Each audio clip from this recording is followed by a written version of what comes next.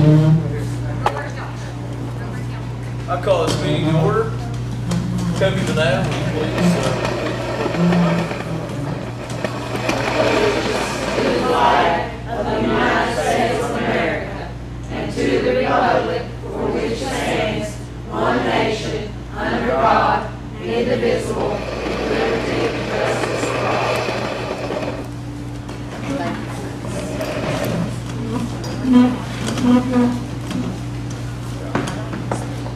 And I believe we'll hear the LSIC report for Harts Primary.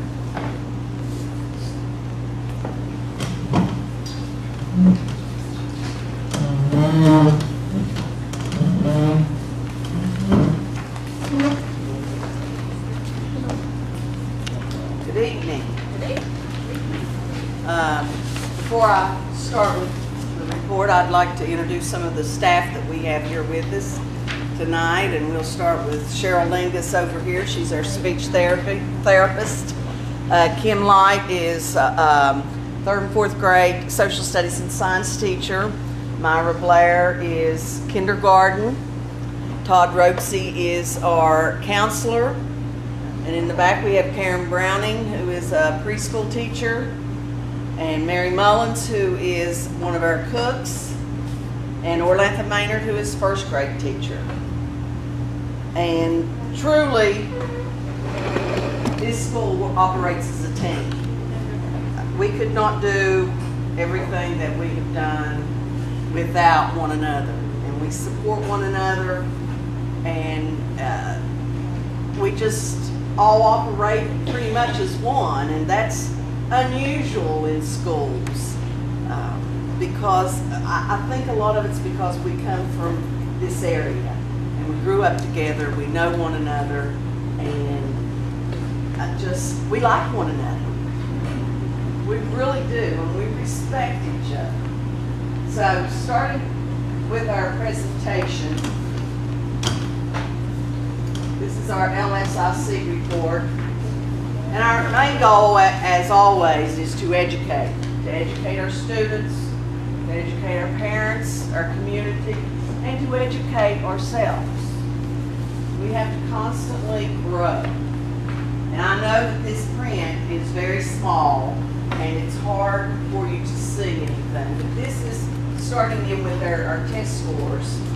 And if you will look, right here, at or above mastery. This is the state of West Virginia. This is Lincoln County. Oh, over here it is. And this is Harts Primary. In 3rd grade math, the state had 44.4% of the students scoring at or above mastery. Lincoln County had 43.9%. And Harts Primary had 56.4%. And I'm going to brag just a little bit here. That was the highest in the county.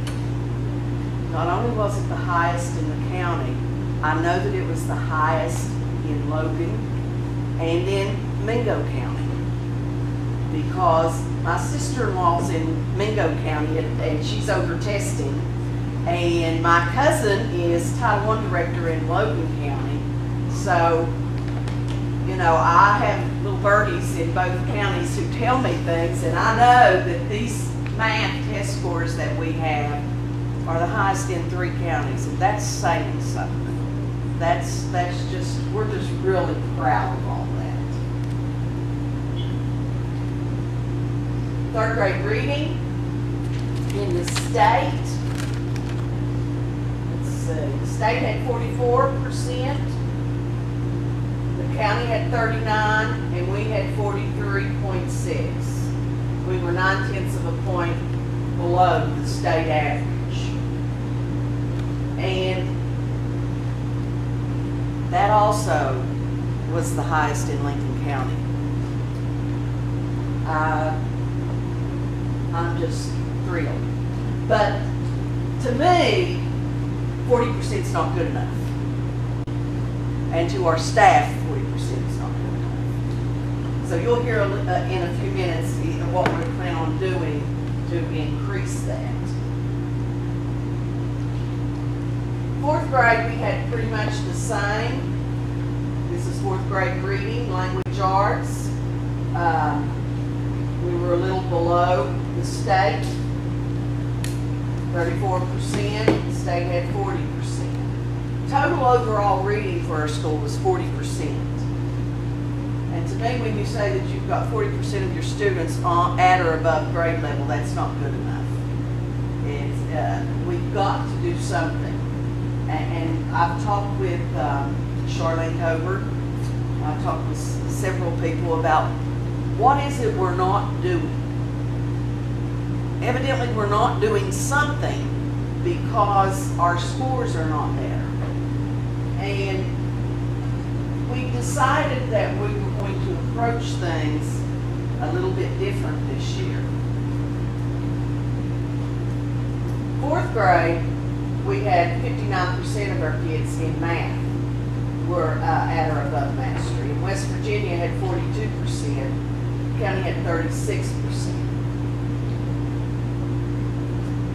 This is participation rate, and it just tells you that we had 100% participate. We had 99% attendance, and this tells you, breaks it down into how many were above mastery, how many were distinguished, and how many were novice or below mastery. When we got to looking at test scores this year, our fourth graders are keeping data notebooks, and they disaggregated their own test data. They took each item and did an item analysis of it and looked at where their strengths and weaknesses were. And we found that we had quite a few children that scored below mastery, but were like one or two questions away from being mastery.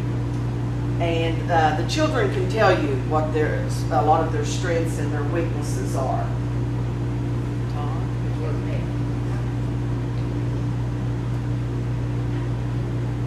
What to do?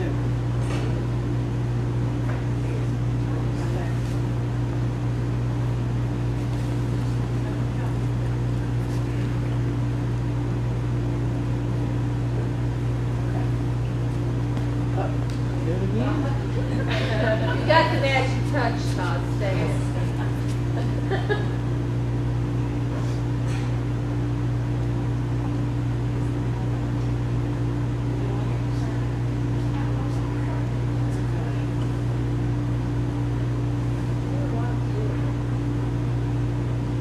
You either love it or you hate it, technology.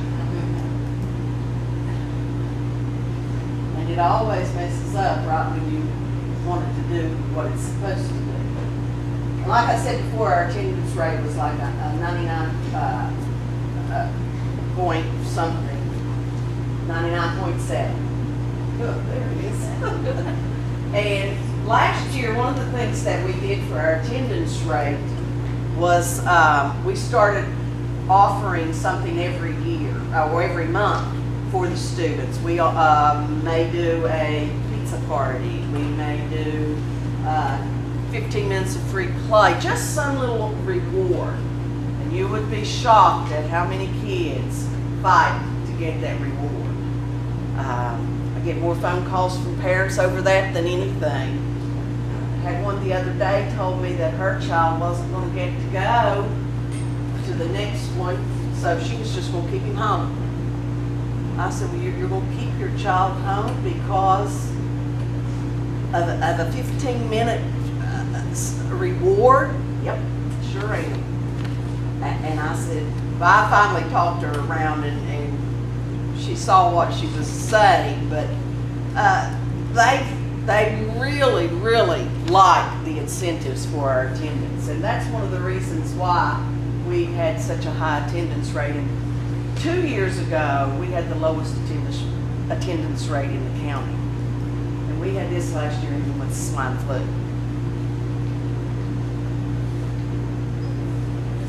In our third grade, our test analysis, reading language arts, we were above the county. In writing, fourth grade was weaker in sentence structure and development. Our strengths were word choice, mechanics, and organization. And there were discrepancies between male and female in sentence structure, development, organization, and word choice. Males were consistently lower, and our special ed students were lower as well.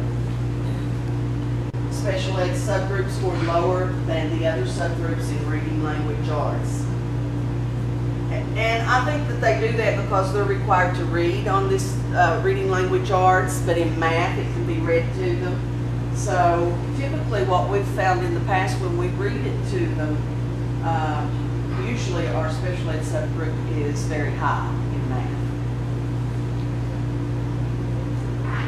And in math we were consistently higher than the state and the county. And in 4th grade we were above the county as well. Sentence structure and development is a weakness. We are working on that this year. Our strengths were word choice, mechanics, and organization. Again, we had discrepancies between the male and the female. And the special ed subgroup scored lower. And in math, we were consistently higher. Now, in order to maintain AYP, because every year they are upping the bar for us, one of the things that we talked about last year that we were going to do, and we think that that's one of the reasons why our test scores were so good, was we departmentalized in our 3rd and 4th grade classrooms. We have 2 teachers who teach all the language arts. We have 1 teacher who teaches all the math, and another teacher who does all social studies and science. This year, our social studies and science teacher is concentrating on teaching those 2 subjects, but teaching it with reading. She's not only teaching the content, but she is teaching the reading skills that go along with it. And most of the time with the reading, when we looked at it, it was